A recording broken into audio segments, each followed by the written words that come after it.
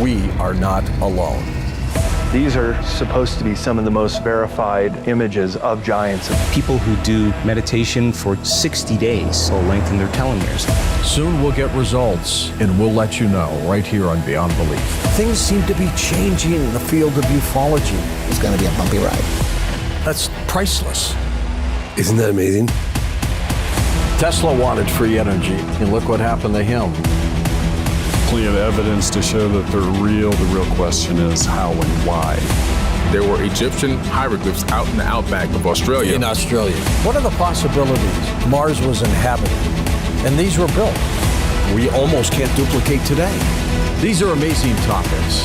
What if there was something like at Area 51 deep underwater? They were killed by some animal. Believe me, we're just getting started. I'm George Norrie, and we here at Gaia are committed to revealing the truth.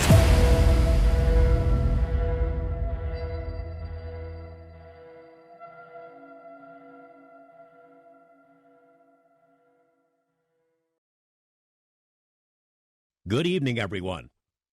You're in the right place at the right time. This is Coast to Coast AM, blasting out of the Mojave Desert like a Scirocco, blazing across the land, slamming into your radio like a supercharged nanoparticle of unobtainium. Greetings from the boldest, bawdiest, most outrageous city in the world, the planetary capital of sun, fun, sin, sex, and secrets, my not-so-humble hometown, Las Vegas, Nevada. My name is George Knapp, your occasional host, designated driver of the airwaves, and moderator of tonight's upcoming cacophonous cavalcade of conversation. What's shaking out there? Tonight seems like a perfect opportunity to take a break from the hustle, bustle, buy and spend, run around like a crazy person hyperactivity of the holiday season. Kick back, sip a beverage, ponder not only the universe, but the year that's just about done. 2022 went by in a blur, didn't it? But tonight we take stock of some of what's unfolded this year, try to make some guesses about what comes next, but mainly in the coast-to-coast vein, that is, what's next for our strange little slice of the cosmos, our collective grasp on reality. This week marks 5 years since the world of UFOs changed forever. Back on December 17th, 2017, the print edition of the New York Times revealed that contrary to all the propaganda that's been force-fed to the public about UFOs over decades, that the Pentagon had, in fact, been studying the subject in secrecy all along. The Times told about a program called ATIP, once headed by Lou Elizondo, with a $22 million secured by Nevada's senior Senator Harry Reid, my pal. They got a few things wrong in that story, but the essence of that piece was correct and true. After all the denials and dismissals and public poo-pooing by defense folks and presidents about UFO incidents and cases, they really had been looking at this behind closed doors all along, and wow, some of what they'd been studying was truly anomalous and unexplained. Specifically, the Tic Tac case. That was the example they used in that New York Times piece that really sold the story. That one, that object that toyed with our best fighter planes and messed with our best aviators from the USS Nimitz Group. There was video that was released, the testimony of Black Aces pilot Dave Fravor, statements from Senator Reid about the importance of the work that was being done, acknowledgement from Robert Bigelow that his company here in Las Vegas had the contract to do the digging. Everything changed. Other media started digging in and reporting about UFOs, too. Suddenly, Congress became interested, cautiously at first, behind closed doors, hearing testimony from aviators and others, then publicly. And before you knew it, we had an acknowledged UFO investigation, the UAP task force. They didn't call it UFOs, called it UAP, gave it a new moniker there. This UAP task force went to work, and soon we started hearing about cases they were investigating. And then this year, the first public hearing in front of Congress, first public hearing in like half a century. And we heard about a new program that was dubbed AIMSOG. That was the name for a while. Then they reshuffled it, gave it a new name, ARROW, or new acronym, that is. And now here we are awaiting yet another report to Congress that was due on Halloween. So where is it? And what will it contain once it gets released, assuming the public ever gets to see it? So much has changed in 5 years, and there are more changes, major changes, just this year alone, with promises of big stuff to come, whistleblowers who are supposedly getting ready to step forward, protected witnesses protected by legislation that's just about to be signed into law by the president. We're hearing about more reports from military folks and intelligence agencies. Where is all this going to lead? It's exciting times. It's exciting stuff, as irritating as it might be once in a while. Joining me tonight, two of the best UFO journalists in the world. Bryce Zabel, longtime CNN correspondent, a writer, a co-host of Need to Know, which is a YouTube video podcast that debuted 1 year ago. Happy anniversary, Bryce. Bryce's partner in that endeavor is a multi-award-winning national correspondent from Australia, Ross Coulthart, who's broken numerous major UFO stories all over the world over the past 5 years, along with a best-selling book. Both of these guys have been on the show earlier this year, and I promised I'd have them back to help make sense of 22 at the end of the year. And, well, there's so much to cover. We're going to be getting to that in just a few minutes. You know, my first Coast program of this year started with a guest I've come to know really well. He's had a great career as a hard news reporter for a national network. Then he became a muckety-muck in television, wrote these scripted programs, including the excellent Dark Skies drama on NBC. A lot of you will remember that. He's written extensively about UFOs, especially over the past 5 years, and is the co-host of Need to Know, an excellent podcast carried on YouTube, co-hosted by his friend and colleague, Ross Coulthart. Bryce Zabel is the first host, and Ross is the second host. I don't know if they'd agree with that order or not. Ross is one of the best-known and most honored journalists in Australia. He's broken numerous big stories around the world on UFO developments and programs and secrets in this country and his home country and others. Ross was here on the show a couple of months ago. I promised him we'd bring him back to be with Bryce to review the whole year and more, and that time has come. Gentlemen, great to have you here. Can't wait to get going. G'day, hey, George, it's great to be with you. I don't know that the co-host thing. I always think of Ross as the Johnny Carson of Need to Know, and I'm the Ed McMahon. But, happy to be here, caffeinated, ready to go. Excellent. I just call Bryce boss. The only other guy I wish was with us would be my pal Jeremy Corbell, but he's working on a secret project at home tonight, but he sends his regards to you guys. I want to start with some current events, a little press gaggle, what some might call a media gathering, an informal briefing held by the Department of Defense to talk about UFOs, UAP. And needless to say, the three of us were not invited. Not that I would ever expect to be, but I'd be dishonest if I didn't say it bothered me that none of three of us were considered. Ross, I want to start with you. Let me give you your take when you heard that this event was happening, that you were not asked. You didn't know who was asked. You didn't know what the structure was. What did you think? Oh, look, George, it's got the whole whiff of, as you know, we're waiting for this UAP report that is statutorily required by your Congress to be tabled in the Congress. It's long overdue, should have been in by the end of October. And I think that what that press conference was a clear attempt to control the narrative before that report hits the pages. I reckon what you'll see is that report gets dumped just before Christmas when everybody's winding down for the year, putting their feet in front of the fire, warming up the mulled wine. There's just no interest at that time of the year in covering hard news stories. And it's a deliberate attempt, I believe, a disingenuous attempt by the Pentagon to try to minimize public interest in what I suspect will be an acutely interesting UAP report to Congress. Same question to you, Bryce. The fact that it happened on the very same day, the 5-year anniversary of that New York Times story, was that odd? What did you make of that? Well, it's a coincidence, and it depends on how you look at coincidences. I think they couldn't possibly have missed their awareness that it was an important day. And I certainly think it is an important day, and I think history will record that. As for what they actually talked about there, I thought it was disappointing in a lot of ways, but I was encouraged only in one way, that they were having it. And I think they should have more of these. I think more people should be invited, and I think the questions should get tougher, and people should be pressed for real answers. The only thing I question, though, is I think they did say in this transcript, I'm trying to find it right now. I can't. Maybe you guys have read it. Maybe you can remember. But I thought that somebody there said that the report that was due on October 31st would be coming out very soon. Do you guys remember that as well? Yeah, that is the case. Yeah, they do say that. They'll say it comes out very soon. The funny thing about it is they had enough information about it right back even a few weeks ago now to brief Julian Barnes of the New York Times about it. And for some obscure reason, the public are being kept in the dark right up to the very busiest time of the holiday season.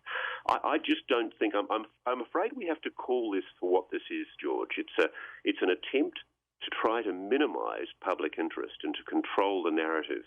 And if to follow on from what Bryce has been saying, in the actual course of the press conference, I was really struck by how Ron Moultrie, the Undersecretary for Defense, for Intelligence and Security, Ron Moultrie basically kept on talking over Sean Kirkpatrick, who's nominally the boss of the ARROW, the UFO UAP investigation group inside the Pentagon.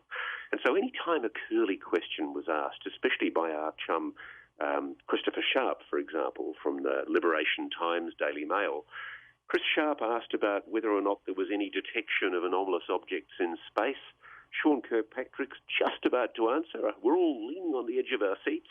And then Ron Moultrie leans in and says, sources, means, and methods. We can't talk about that. I'm sorry. To discuss that would be to reveal our sources, means, and methods. What a load of cogswallop.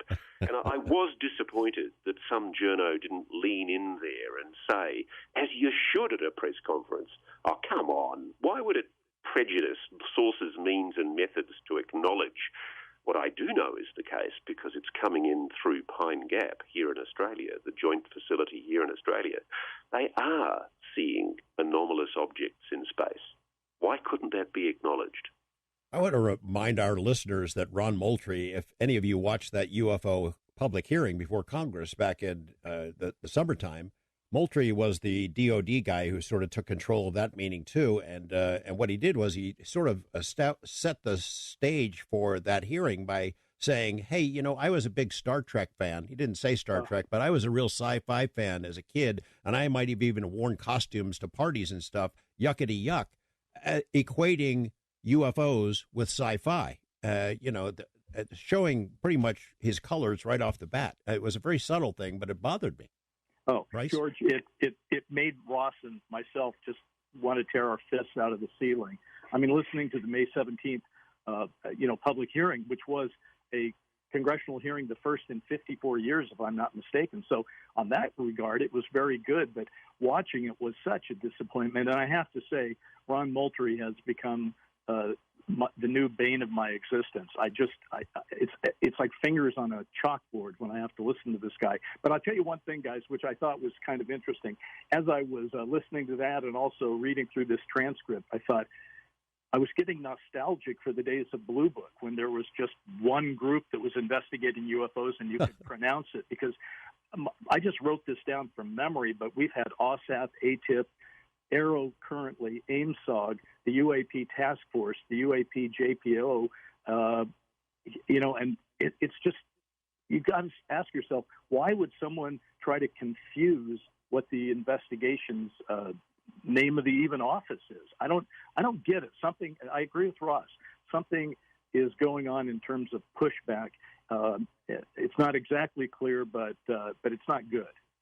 Ross mentioned the name Julian Barnes. I don't know Julian Barnes. I know of him now because of this piece that came out in the New York Times almost 2 months ago. It was a debunking effort. It was what you call a pre-bunking effort. It was meant to throw cold water on this UAP report before it was written. Now, the Defense Department has told us it hasn't been written. Maybe it's finished by now, and they're just about done with it. But when he wrote that story, quoting unnamed sources, the report was not finished. It had not been written. It was still collecting information, yet they tried to debunk it. And, of course, Julian Barnes is one of the journalists that was invited to this event, and he asked what I would think to be the key question, what they hoped the headline would be. Have you found any evidence of space aliens? And of course, the Pentagon was only too happy to answer that. No, we don't have any evidence of space aliens. I don't know what that evidence would be, but I suspect that is the headline that they wanted. And a couple of media outlets, The Drive was one, that bid on it and ran with it. Ross, your thoughts on that? Yeah, that's exactly what they were trying to do, George. It was all about trying to control the narrative to make sure that the message that they want is out there before the report that they have to begrudgingly provide to Congress is actually disclosed to Congress.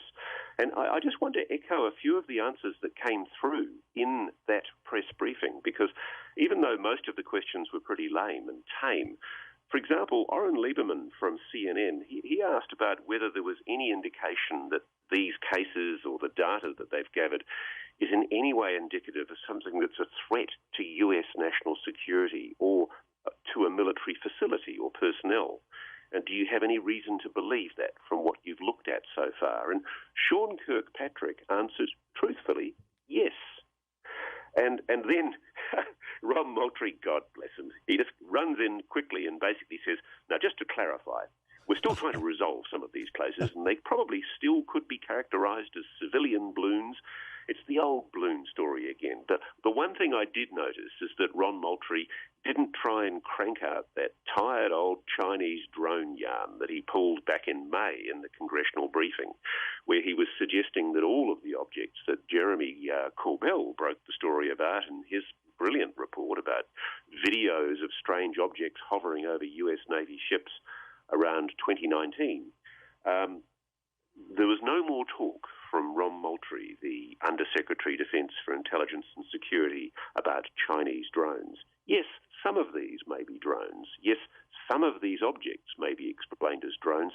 But on the record, the Pentagon admitted to the media, and this was the key takeaway, this is a threat to national security because any unauthorized system in the airspace is deemed a threat to safety. And yeah, I thought, good point. I think there was some good stuff to come out of this. Yeah, go ahead. No, that's the key admission. And I think we need to keep on reminding ourselves. When you were doing your summary at the head of the show, George, I was thinking, gosh, we have come a long way in 5 years. 5 years ago, when I tried to sell a story to my television program that, you know, UFOs are potentially real, that there is a phenomena that even the Pentagon is acknowledging as real, I would have been laughed out of the newsroom. Now, mercifully, I can say that the TV network that I work with here in Australia, they're enthusiastic for UAP. Before we leave this topic about this event that was held on Friday, I want to get, Bryce, I want to get you to weigh back in on it, but I do want to make this comment. There were some good reporters there. You know, I think probably three of us are ticked off that we weren't even considered for it. I'd be very surprised if I would ever be invited to something like that, because I'm not considered a good friend of the Pentagon on the UFO issue. But they did have some good people there. Brian Bender, Chris Sharp, you mentioned Owen from CNN, and there's some good stories came out of it. They may have wanted a headline that said, no evidence of space aliens. What they got was, like, The Guardian had a really good piece. Associated Press had one, too, that basically said there are hundreds of new cases that came in. They're not explained. And then there was some discussion of crash retrievals. You know, I think they wanted that to be shut down, but the answer was, we're looking into it. We're trying to figure out through all the compartmentalized programs whether there's anything to it, which that's not a headline I would think that they'd want to have. Bryce, your take on that event and future events, I guess you'd have to agree that everybody should be invited, right? Well, I mean, as many as they can get into the room. But, I agree with what you just said. Interestingly enough, we were talking about how the Department of Defense would like to control the narrative. But what you were just talking about, George, sort of proves that that's a false hope. Because once people start asking questions, then one door after another starts getting opened. And controlling the narratives never has worked. I mean, think about it. Nixon tried to control the narrative on Watergate. Reagan on Iran-Contra, Clinton with Monica. But you know what? It all came out anyway. We may be entering a place where we're close to that. I just wanted to pick up on two quick things that you guys talked about in the last segment. We were talking about how things have changed since 2017, and they certainly have. But the biggest one for me, and the best and simplest way I can explain it, is pre-2017, when I started talking about UFOs with friends and family. They all kind of looked at me funny and treated me like the drunk uncle at the wedding. And post-2017, they ask me questions. They say, what do you know about this? I saw something on the news. I know you're into this. Please explain it to me. So that's a big change. And then the final thing I just wanted to bring up, this Chinese drone thing. The reason it's been abandoned is pretty simple, or it's not totally abandoned, by the way, but the reason it needs to be abandoned is if there are Chinese drones out there doing what these UAP are reported to be doing, up to 10,000 miles an hour, transmedium from space to atmosphere to sea, this thing's been going on for 75 years. There were not Chinese drones in 1947 or 1950s or 1960s. That didn't exist. So what would explain the same level of observation back then? And so I think that's why that dog won't hunt much longer. So, yeah, I was happy to see this. I was happy to see some of those reporters that you talked about being there. They're good reporters, and good reporters don't take the spin that's dished out to them. They ask questions, and they come up with independent conclusions like you do, like Ross does, and like I do, and hopefully many more will be doing that in the future. You know, it's I think an indication that good journalism still exists, and good journalism can still change the world, can change things. And I know, at least in this country, Ross, everyone loves to hate the media, the press. Our profession is vilified by the right and the left.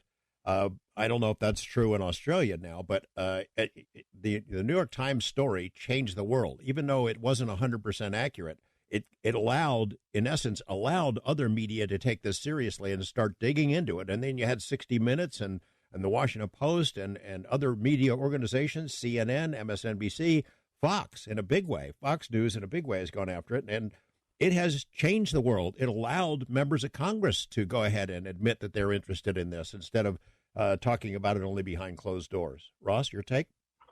I agree. I think the interesting thing, the lesson for Congress, is that they ignore this issue at their peril. Even in my home country here in Australia, I'm stopped frequently now on the street by people who listen to our podcast, need-to-know.today, and they basically come in and say, look, I really like the stories that you're doing on Channel 7. There's a real interest and an engagement. But I have to admit, George, I'm still very disappointed by the level of media engagement and the kind of the default mockery. I was really shocked that a great paper like the New York Times, I've done stories with the New York Times, and I've seen how much they verify and check sources. But if you're a senior national correspondent, like, for example, Julian Barnes, and you're a national security correspondent and you're called into the Pentagon for a quiet briefing with the very senior officials who no doubt briefed him, I suspect Ron Moultrie was one of them, if you're given that kind of briefing, you don't, as we would say politely in Australia, you don't pee on your source. You basically do the right thing by them. And the difficulty is that for national security correspondents, they're compromised on this issue because, as we all know, there's been a long cover-up. The cover-up is a matter of public record. The Pentagon has been misleading, disingenuous, actively sought to suppress public interest and awareness of the UAP issue. And Bryce, with your knowledge of Hollywood, there's been an active attempt through movies and through the retelling of stories to try to suppress what is actually going on inside the government. Because at the same time that we're all being fed a public narrative that UAPs are easily explained prosaically, that they're probably weather balloons, probably a natural phenomenon, we now know behind the scenes they never stopped investigating. And my worry is that we're being fed a very deliberate, controlled narrative by the Pentagon, and we can't let them stick to this. We need to hold their feet to the fire. I'm genuinely concerned that senators like Senator Gillibrand of New York, the Marco Rubio, the Republican senator from Florida, why on earth aren't these people out there stating their concerns that the UAP report is not yet with the Congress, is not yet publicly available? This is the sort of stuff where we really need to hold their feet to the fire. This battle is not over, and the public out there, people listening, they need to write to their congressmen and their congresswomen and their congressional representatives and say this issue matters, because otherwise it'll be put back in a box for another 70 years. That story, that New York Times story by Julian Barnes, the pre-bunking story that tried to throw cold water on the pending UAP report, is a reminder of what the New York Times has done since the early 1960s, which is crap all over the UFO subject. It's incredibly hostile, overtly hostile, along with the Washington Post and most of the big newspapers, they have been as well. The fact that Leslie Kean, that Ralph Blumenthal, Helene Cooper were able to get that story on, get it past their editors, and get it in, even though it had some problems and some pieces that were missing. It's an astonishing thing for them to have done it because it changed the media landscape. Bryce, your thoughts? Hey, George, we're talking about journalism here and this narrative. I think one of the problems we have is that journalists themselves are part of the spin anti-UAP. We've touched on it here, but let me give you an example that strikes close to your heart, I think. Senator Harry Reid died a year ago, basically, December 28th of last year. And one of the things Ross and I did in one of our very first shows is we went through all the news coverage of Harry Reid's obituaries. And I don't recall finding a single one at the time. Maybe there was one. Mine. But yes. Well, yes. But of course, you actually know what you're talking about on that. Everyone else managed to write about Harry Reid's life and career and not mention the very, very important thing that not only was he helpful in investigating UAP, but he talked to you about it. It was something that he was interested in to his dying days, and he was passionate about it, and yet they didn't mention that. Now, why is that? If a famous person who passes away spends his years out of office interested in a single issue like that, why would that not be part of the story? And it's because those journalists who were in charge of writing that obituary probably didn't even know, and if they did know, they felt the stigma would attach to them if they started writing about it, so they gave it a pass. And I think those days we have to put in our pass very quickly. Yeah, Senator Reid came to believe and came to appreciate that the UFO story, the developments, were, in fact, an important leg of his legacy. It was an important part of his career as a politician. I think it took a while for that to sink in, but he certainly acknowledged it before he passed on. I talked to him about it many times. And, of course, he and I had a secret conversation about UFOs for more than 30 years, and if it had not been for what he did, we wouldn't be having this conversation. There would have been no New York Times story. There would have been no ATIP program, no OSAP program, no UAP task force. Or if they had been, it would have been some other name, and we might not have ever heard about it. Think about what you just said, though. Here's a senator, the majority leader, who's had a 3-decade-long conversation with you about the topic of UFOs. And it's not a part of looking back over his life and trying to assess what his life and career meant. It's madness, and that says a lot about where we are today. The reason progress is slow and we keep thinking things are being put back in the box is because there are people that are trying to do that. Whether they're going to win or not, I think is doubtful. But it doesn't mean they can't slow down the roll for a few more years. I want to congratulate you guys again. A year of doing the Need to Know podcast. There is great stuff. I hope people will check it out. They could, review, watch them all. There's 25 of them that you've done. And in the most recent one you did, you reviewed sort of some of the progress that's happened. And I thought one of the most interesting parts to me was all the people who have come out and said something about UFOs, the prominent people, directors of national intelligence, a former CIA head, the, presidents, President Obama. I've got headlines that I saved from back when he was in the White House where they dumped all over it. They were asked directly, by the public, hey, what get to the bottom of this? What's going on? And they threw cold water on it saying, there's no evidence of any space aliens, move along, folks, nothing to see here. President Obama's come a long way. He's changed. In fact, I got a text from Tom DeLonge, my friend Tom DeLonge, 2 days ago saying, he sent me this note about Obama being involved in a production of a movie about Betty and Barney Hill. Now, that is quite an about face.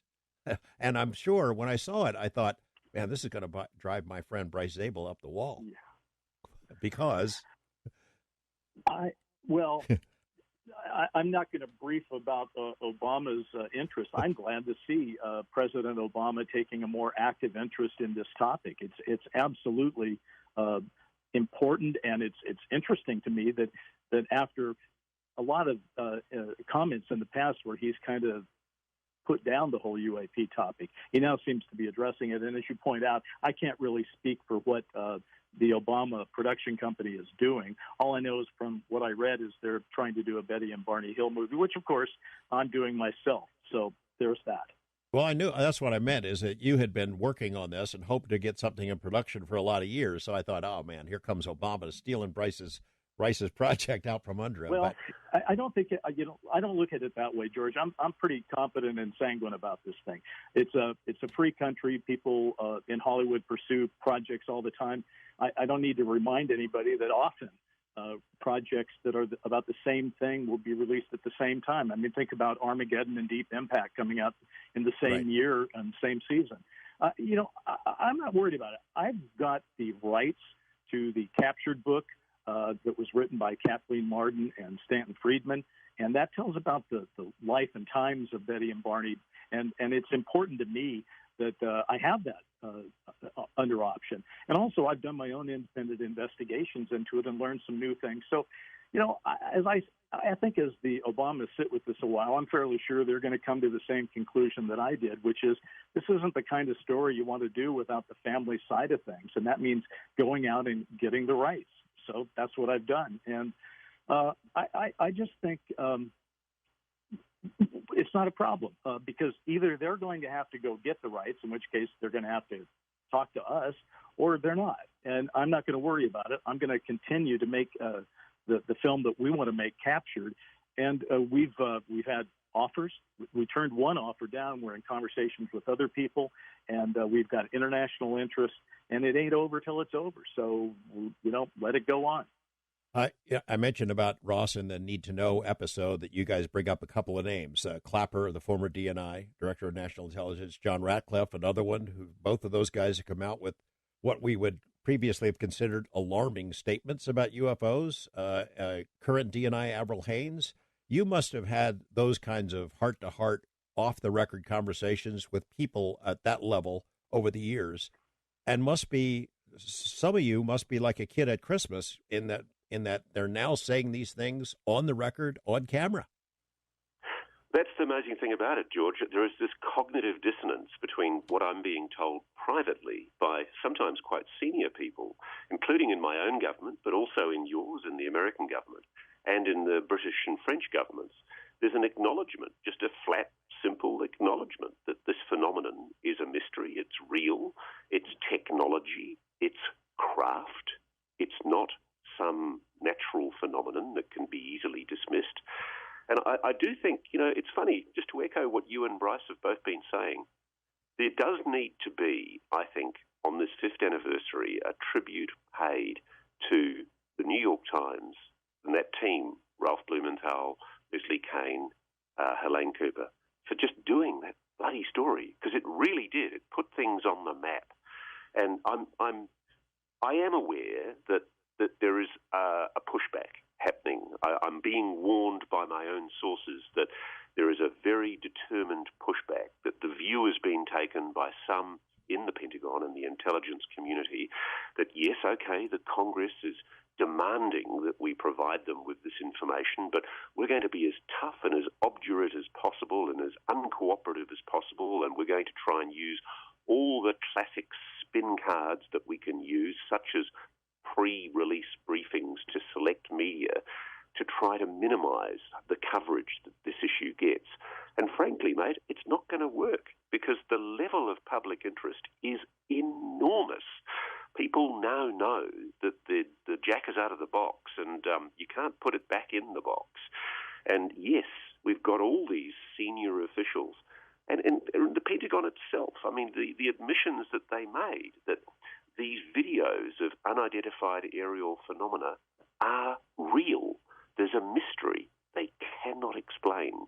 And that, for the most powerful nation on the planet, with all the technology, all of the sensor technology that the US and its allies, like Australia, operate not only in the atmosphere but underwater and in the orbit, the fact that we don't know, supposedly, what these anomalous phenomena are that are displaying technological abilities light years ahead of human science We were talking in the first hour with my guests, Bryce and Ross, about pushback, and I can tell you that it's real, and but it works both ways. There is pushback, I think, within the Pentagon by some who want to diminish public interest, congressional interest, media interest. We can explain those cases. You just got to give us enough time, But I can tell you that there's pushback too, as inquiries are made about crash retrievals, metamaterials, craft bodies, things of that sort that I want to touch on in this hour. I think there's probably significant opposition to any of that stuff seeing the light of day ever. But I can also tell you with a degree of certainty that there is pushback from some of the professionals inside the Pentagon who were part of the earlier investigations, OSAP, ATIP, the UAP task force. They don't want their work to be diminished. They don't want someone to come along and with a wave of a hand say, these cases, July 2019 off the West Coast, those are just Chinese drones. And they have pushed back to that. When they heard that that is what was underway, they pushed back and defended their work in some pretty heated closed-door briefings. That's my understanding.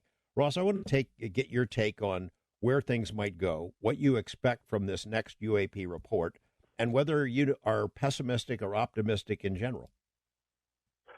I'm very pessimistic, to be honest, George, and I try not to be. My natural disposition is to be optimistic, but I'm hearing, the thing that worries me is, like you, I'm talking to people who are thinking about coming forward as whistleblowers. And the message that they've got from the Congress is that key sections of the NDAA, the National Defence Authorization Act reforms about the UAP issue have been watered down before they were approved by the Congress. Notably, the fact that there was going to be independent oversight by the Inspector General. We were going to have a kind of an objective party overlooking whether or not whistleblowers were being fairly treated by the RO, the UAP task force. And also they've removed the civil right of litigation against reprisals. So anyway, anybody who was a whistleblower who suffered reprisals for speaking out would have had a civil right of to fight back against that reprisal. But that's been removed. And so I do worry that there's been an attempt in the Congress to try to fight back and water down these proposals. And my concern is to make sure that people feel free to come forward. And I had a conversation recently with somebody who told me of a shocking incident. It's an allegation that they saw a helicopter brought down by or in an incident involving a UFO. And they're a direct witness to that incident. They want to come forward to the Congress. They want to tell the Congress what they saw. Now, what do? At the moment, we're waiting for the President to ratify the legislation, the NDAA laws, which will basically give them some degree of protection. But are they hearing acclamation from the Congress that this is a primary issue that they're concerned about? No, they're not. I don't think there's been any spokesperson from the Congress, any congressperson speaking since the May 15th hearings. We've had our token public hearing and it's gone away. And all of these members of the Congress, Adam Schiff, who was making a loud noise about it last year, Rubio, Gillibrand, they've all gone very, very quiet. The big question in the minds of the people who are thinking about coming forward is why? Why have they gone quiet? What's been said behind the scenes? And I balance that with the fact that I'm also hearing that there may well have been private hearings where people have spoken privately to the Congress, which brings us to the other issue, which is even if information is disclosed to the Congress, how much are we going to be told? And I don't think we're going to be told a lot. If there are retrieved craft, which is not an impossible possibility, seeing it's featured in the pages of the New York Times itself. If there are retrieved non-human technologies that are in the possession of the US government or aerospace private entities that are holding those on behalf of the US government in order to evade oversight, are we going to be told about it? I don't think we ever will be. Yeah, I have my questions as well. Bryce, if you were CEO of a big aerospace company and you'd been given this stuff, military passed it on to you to sort of stash it and hide it and maybe analyze it 50 years ago, you had this amazing technology that the whole world is interested in. Would you just give it back? I wouldn't. No, I don't. I don't think I would, and I don't think the people that had it would do that. But look, there's a lot of different ways to look at this thing. Ross, by the way, plays the pessimist on Need to Know, and I play the optimist, which is ironic because I get depressed about the thing as much as anybody. I do think we need public hearings. But, one of the things I just wanted to point out, because we were talking about it in the last segment, and you mentioned how these high-level intelligence people are talking. I think that's part of pushback. I mean, in the last year, basically, two heads of the CIA and one head of the Director of National Intelligence have spoken out about this. And I'll do this very fast, George, but I just think it's kind of important. We've had somebody speak from the Obama administration, the Clinton administration, and the Trump administration. And I'm just going to give a taste, all right? The Trump administration was DNI John Ratcliffe, who said we have multiple sensors that have been picking up these things. Some of these are unexplained phenomenon, and there's actually quite a few more that have been made public. Obama's CIA director, John Brennan, said, I think some of the phenomenon we're seeing continue to be unexplained and might, in fact, be some type of phenomenon that is the result of something that we don't yet understand. And wait for it, folks. And that could involve some type of activity that some might say constitutes a different form of life. That's coming from a CIA director. Clinton CIA director James Woolsey said in the middle of an interview, well, there was one case in which a friend of mine was able to have his aircraft stop at 40,000 feet or so and not continue operating as a normal aircraft. What was going on? I don't know. Does anybody know? So I guess what I'm saying is I think the pushback doesn't have to come just from our elected representatives who are sitting in closed-door meetings in Congress. These guys that spoke out had the highest level of security that we offer, at least I think, for CIA and DNI, and they're speaking out about this thing.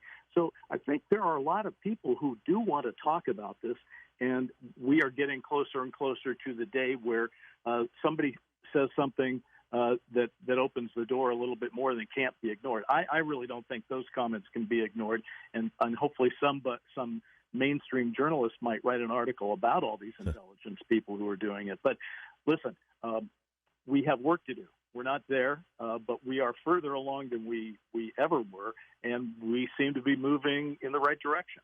So when you talk about like John Brennan and Woolsey, Yeah. Those guys come forward, make these astonishing statements. Did they know before and then lie about it or just ignore the topic?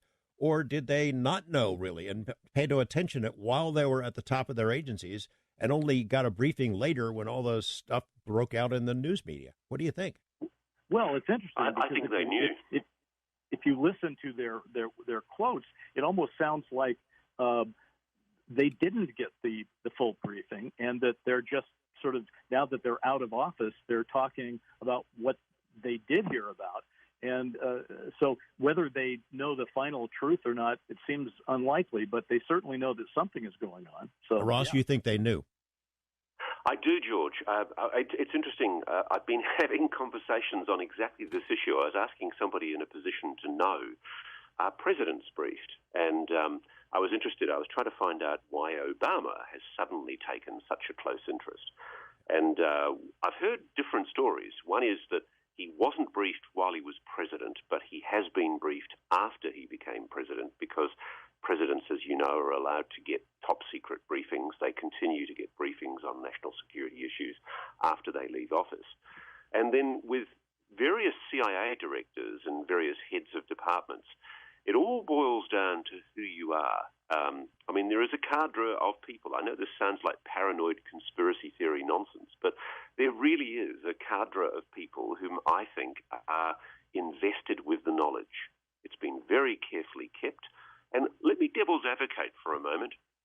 I'm not the sort of journalist who dismisses out of hand the idea that things need to be protected for reasons of national security. Let's assume, just for a moment, that it's true what the New York Times has written about, that there are retrieved non-human technologies in the possession of the United States. I would hope and I would expect that the United States government would do its level best to achieve military superiority, strategic superiority over any potential enemy by developing that technology, by back engineering it, and by understanding it. And I would keep it secret as long as possible, as long as I could. And when it came to a confrontation with a potential enemy, as sadly we do face with both Russia and China at the moment, both of our countries, I would hope that they'd pull this out of a hat. So the best possible spin that I can put on this is that there is a very good reason for why the United States might be sitting on this issue, why it might be concealing it, because it basically wants to not show its hand. What I don't understand is there's a difference between acknowledging a non-human intelligence on this planet and then acknowledging recovered technology. You can do one without acknowledging the other. And that's what I think we should see. That's my prediction for 2023. My hope is that we will see some concession from the government that this isn't just anomalous technology in our atmosphere and in orbit and underwater, that whatever this is, it's not human. Ross, let me jump in here and just ask you to expound on one thing here. The idea that Barack Obama would not be briefed on this incredible topic while he was president, but then would be briefed on the big secret afterwards just doesn't make sense to me. Why would any rational national security policy say, let's brief the guy about the big secret after he's out of office? Why would they do that? That's a bloody good question, Bryce, but I'm told that's the situation, and it's all about need to know. Well, literally, I think there are some people in the national security establishment in America who lost sight during the Cold War of who runs the government. The people listening to this audio run the government. It's government of the people, for the people, by the people. I studied your Constitution in my law school. One of the things I think is great about America is it enshrines in its Constitution the government is the people. You, the people, the American people, have the right. You own this country. It's yours. And sadly, what I think has happened is over the years, especially during the confrontations of the Cold War, a lot was done in the name of national security to suppress things that ought properly to be oversighted by the American people. And I think they have been kept from the Congress, and that's why we're seeing momentum now in the Congress, albeit begrudgingly by the Pentagon and the intelligence community. They are asking hard questions. The only question in my mind, though, is, okay, let's say they do a briefing to a top Senate Intelligence Committee team or to the Armed Services Committee. Let's say that's all done in a secure skiff in a top-secret way. Will the public be told? Should the public be told? I worry that, yes, the Congress will get briefed, but I suspect that they may cop the line from the military, oh, yes, we can't reveal a lot of this stuff for national security reasons, and, it's important that the public not be told the full I think story. that's already true. I think that's already happened, and that there have been briefings of that nature behind closed doors in a classified sort of setting, and that some pretty amazing information has been shared.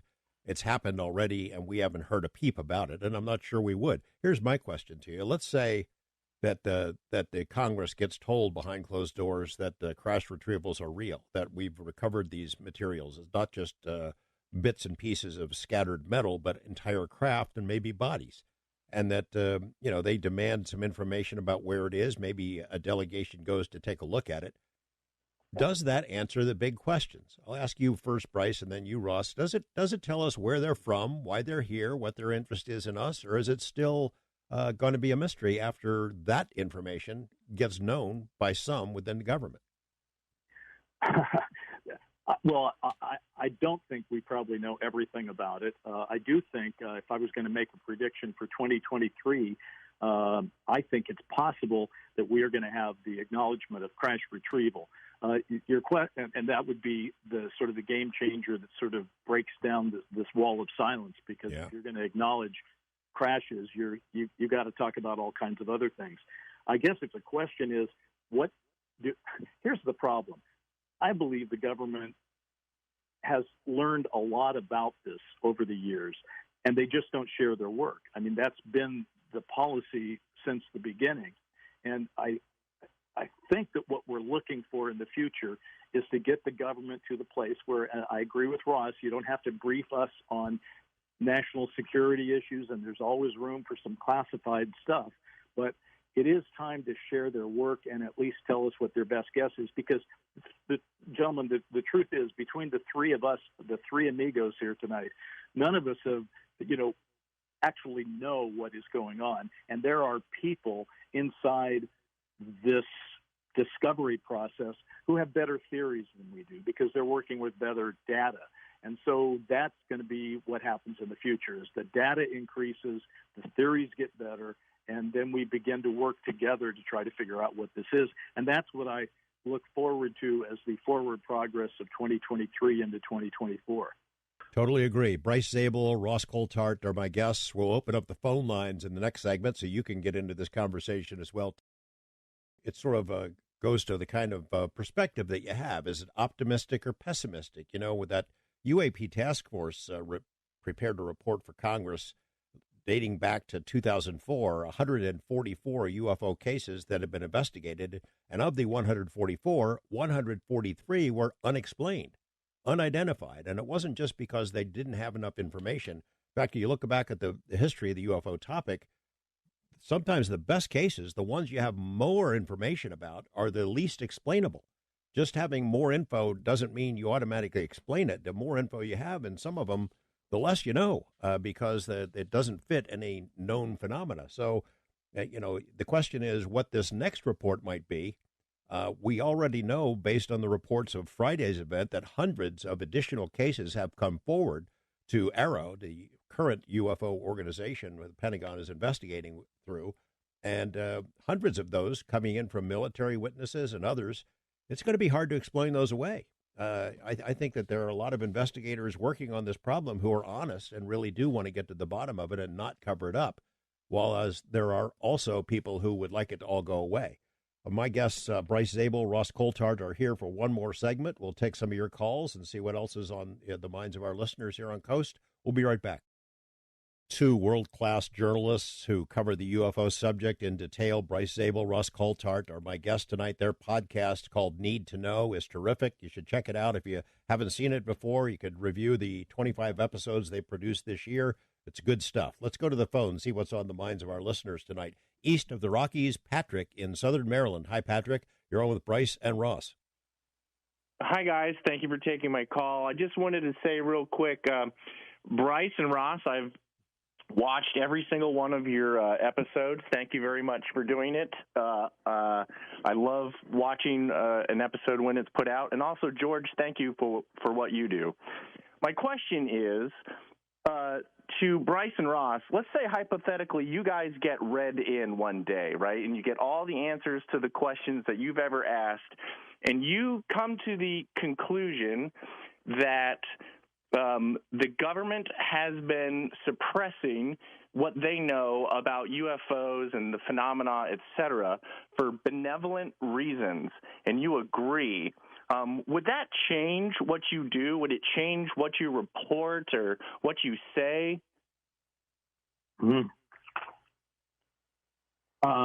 Well, this is Bryce. I'll jump in. I don't have to be read in to favor some more transparency on this. I'm not saying that I am comfortable with what might be revealed. We don't really know at this point. It might be a threat. It might have a downside.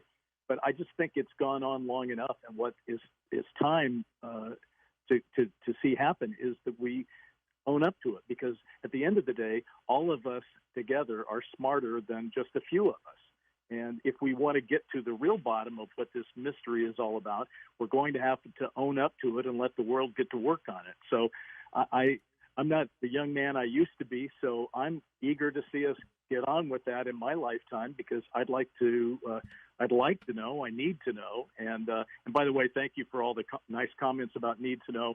And if people want to hear any of those 25 episodes, it's needtoknow.today. So thank you. I'll just add to that.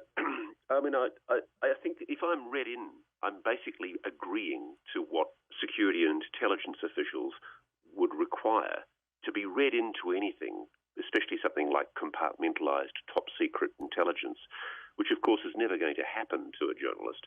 But to be read in, you have to sign a non-disclosure agreement. You have to essentially agree not to publish certain things.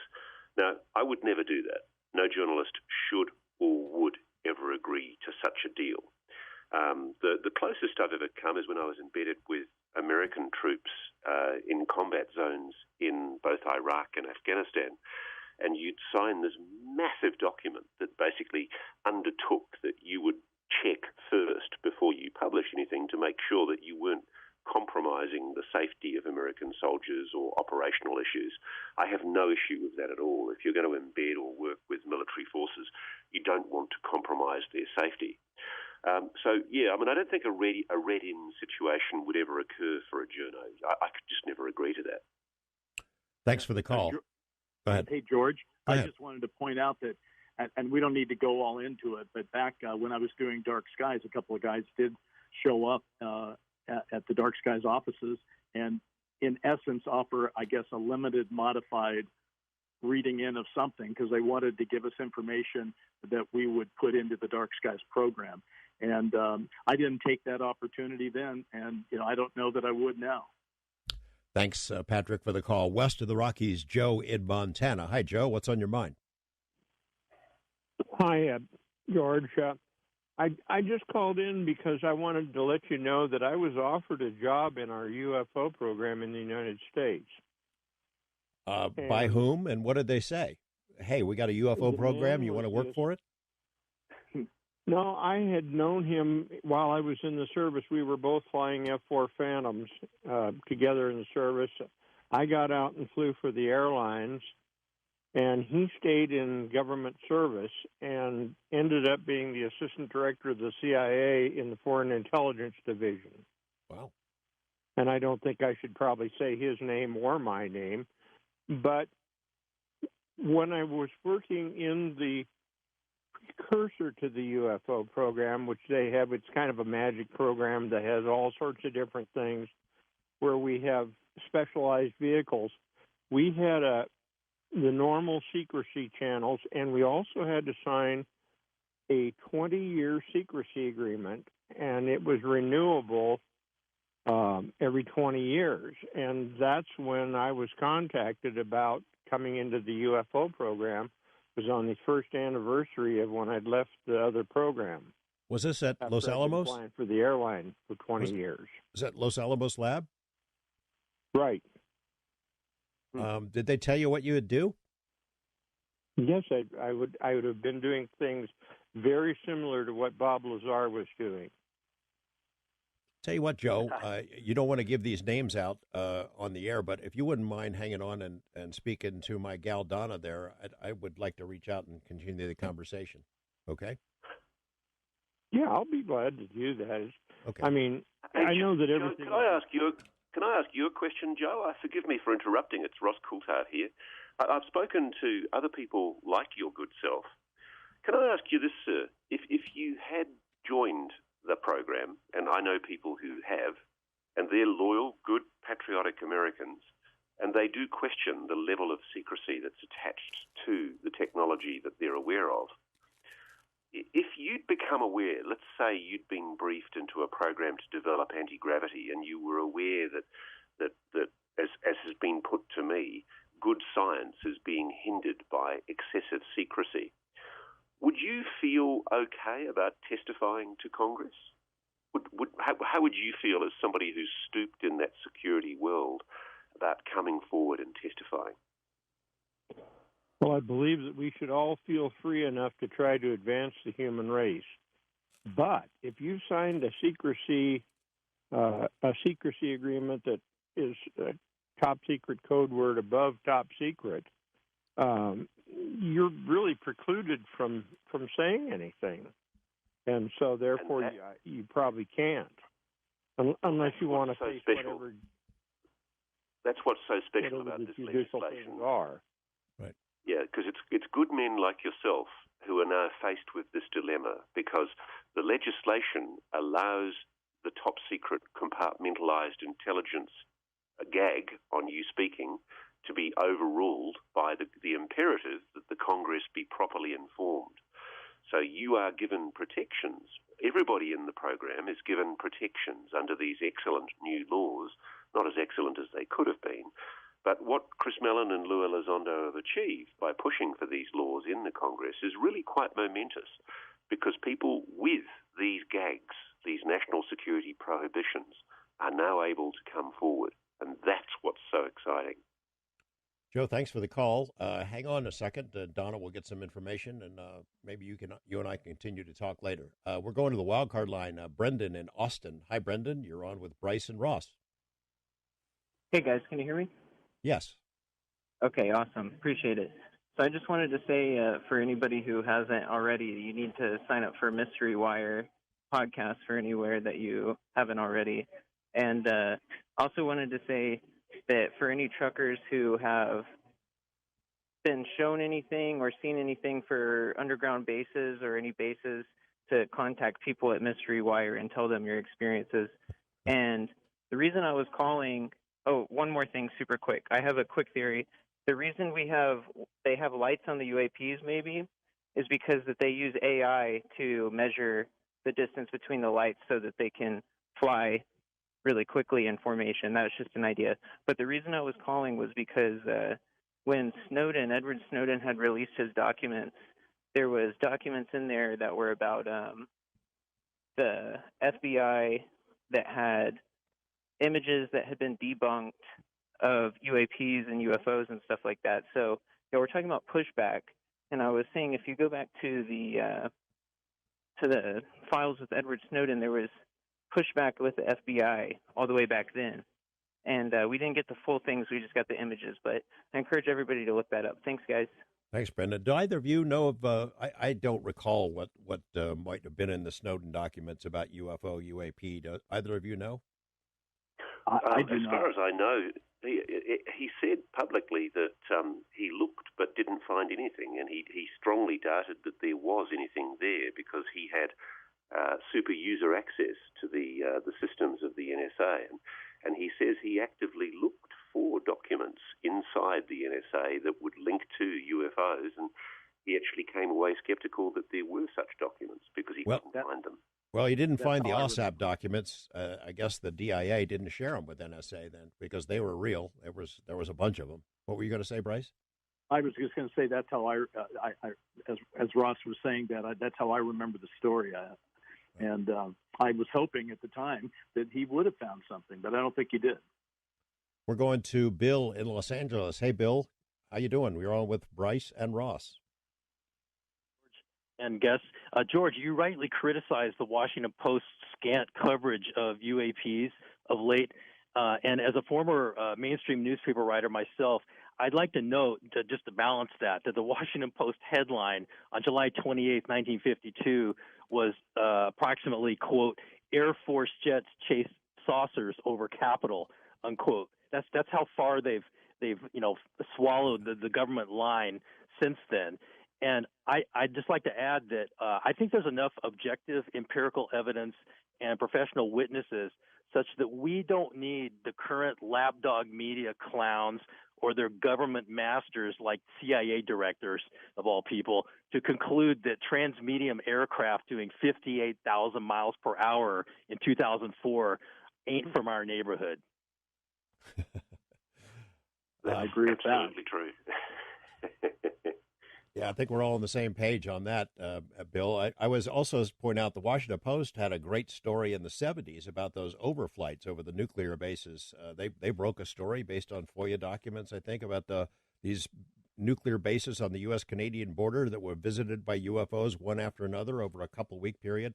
So they have done some good stories over the years, but in general, they're pretty hostile. Thanks for the call. In 2010, when there was the National Press Club conference where they talked about the overflights at nuclear bases, the Washington Post sent a lifestyle reporter to cover it, and he began his report by talking about the chocolate chip cookies that were served at the press club.